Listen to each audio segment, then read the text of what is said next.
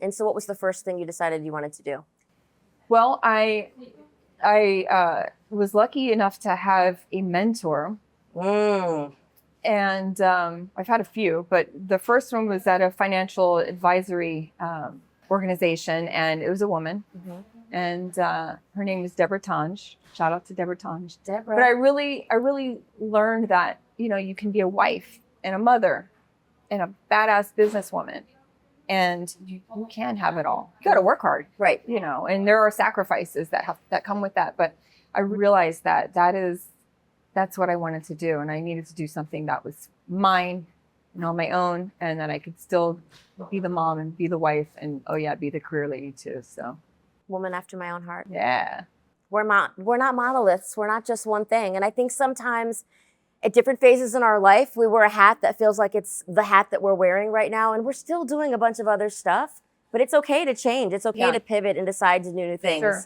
And I love that about you. And I think a lot of times people meet women that are professional sports dependents, very similar to military dependents, and they think, okay, well, you're sitting at home watching Oprah and eating bonbons, and then you're showing up in heels and a full hair of makeup at these games, and that's your existence. But they don't realize that the majority of the people that are support systems for these massive organizations, that in and of itself is a full-time job. Absolutely. We are CEO of household. Yes. 1,000%. Yes, and most of these women, in addition, run businesses. I mean, you started a nonprofit, this Leading Ladies organization that taps into all of the places in Miami and beyond that need support. So tell me a little bit about how you decided that the Leading Ladies was something that sparked a fire inside of your soul, because it's a movement. It is. It's not some small thing. Yeah. It is a very, very big deal, Yeah. and you are so dedicated to it, and it's constant.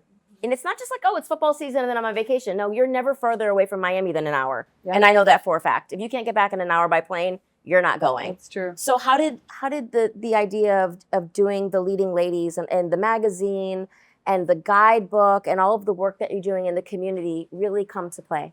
Well, it was 2009, and I had my first son. He was 6 months old, and I was, at the time I was a publisher for Brickle magazine and Key Biscayne magazine.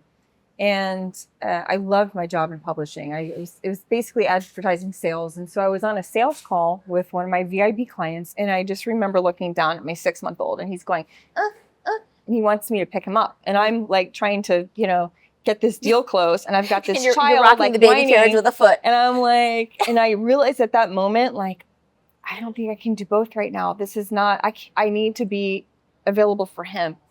And as much as I loved my job and I loved all of the perks, and I was also in the mega yachting industry as well with another publication. So it was so fun and lots of travel, but I was not going to be able to do both at the level that I wanted to. Yeah. And I knew that my children were going to take first priority always. And so I realized I'm going to have to take a pause from this job. And so, with Mario's job, I knew there's a chance that we can move around a lot. And where was Mario coaching at that time? At the time, we were at FIU. Okay. We were at FIU for 6 years. And I organically, this is just a hobby of mine, I love to host dinner parties with my girlfriends. Yeah. Right? And at the time, I remember I was hosting a small gathering of 4 or 5 ladies. And I remember it was like one of those moments where it's in slow motion and like the scene goes quiet, but your thoughts are loud. And it was just like, look at her. She's a lawyer, and she's a yacht broker, and she's in hospitality, and she's a marketing guru. And I just thought, wow, the power at this table is so vast. These are some amazing women.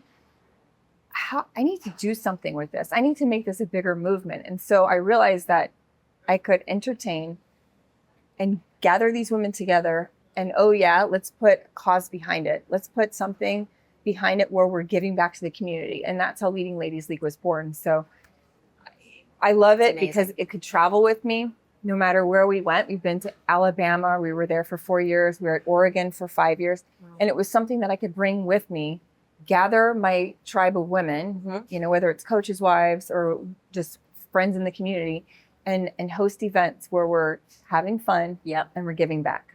Incredible. And I think it's like, you don't really know. Like, I think a lot of times we have these big dreams for our life, and we are always trying to walk in purpose and like really set the intention for what we're hoping this part of our life will be. And I always say this, like, I forget about what I want what God wants for me, because absolutely. his dream for me is infinitely bigger than anything I could ever even dream up for myself, right? And I am so grateful for that. But what's so beautiful about what you've built, has the ability, like you said, to travel and to make impact no matter where you are. And I think a lot of times that's really helpful for parents, male or female, to know that, okay, maybe at this phase of my life, it needs to be something that I can do online. At this phase of my life, I can be more hands-on, because I even see that in the restaurant. Where there were years where I worked 18 hours a day, going to tables and taking out the garbage and making the gluten-free blueberry pancakes, or coming in here at 1 a.m. to get breakfast ready for the University of Miami Canes football team or whatever. And then there were years where it's like, I'm on the phone doing Zoom calls with potential franchisees. So it's like, you have to kind of also address the needs in your life in that moment. And you've navigated that so beautifully. Do you think that a lot of your ability to do that was because you traveled so much as a little girl? Sure. And also, I think right now I have teenage boys, so I'm in a position where I can do bigger projects because they need me a little less. Yeah. So I'm kind of in this like relaunch phase where, the book and the magazine were just born in the last few months. And I'm in this position where, okay, now I want to franchise. Now I want to grow the movement and make it nationwide and worldwide. So, I'm on a path to do that. I'm on a mission to do that, because I want to exponentially amplify women who are doing big things in the community.